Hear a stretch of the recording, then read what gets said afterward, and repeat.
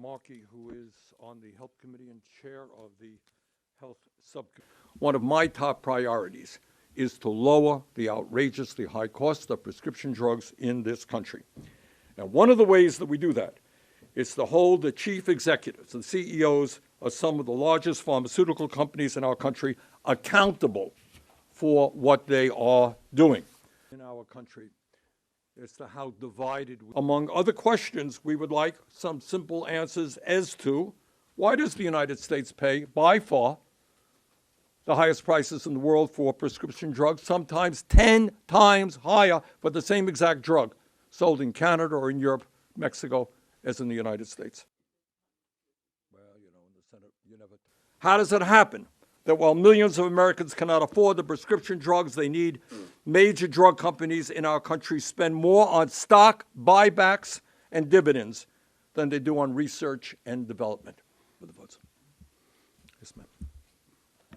Now, as a result of our invitation, Chris Berner, the CEO of Bristol Myers Squibb, has agreed to voluntarily testify before the Health Committee, and we very much appreciate that.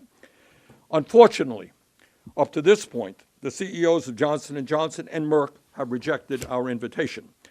They apparently feel that they do not have to explain to the American people why prescription drug prices in this country are so outrageously high.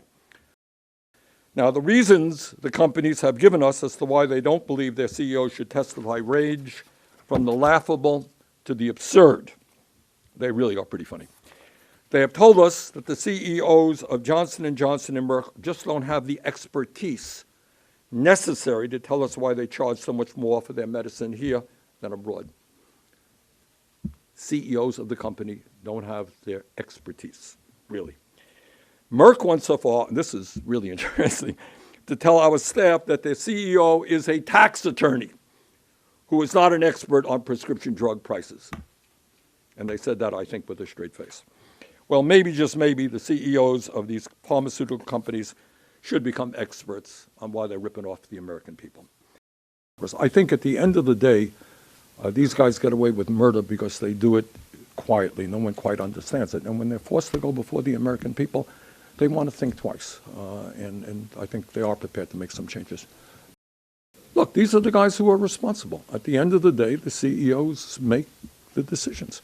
And they have got to be held accountable, and they have got to tell their underlings that the American people are sick and tired of getting ripped off and paying the highest prices in the world.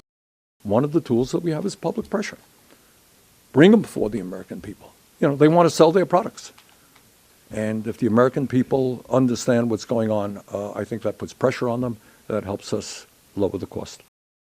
Bottom line is, they are charging us the highest prices in the world because they can charge us the highest prices in the world.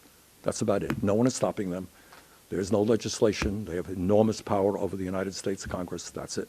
We're going to fight back. Thank you all very much.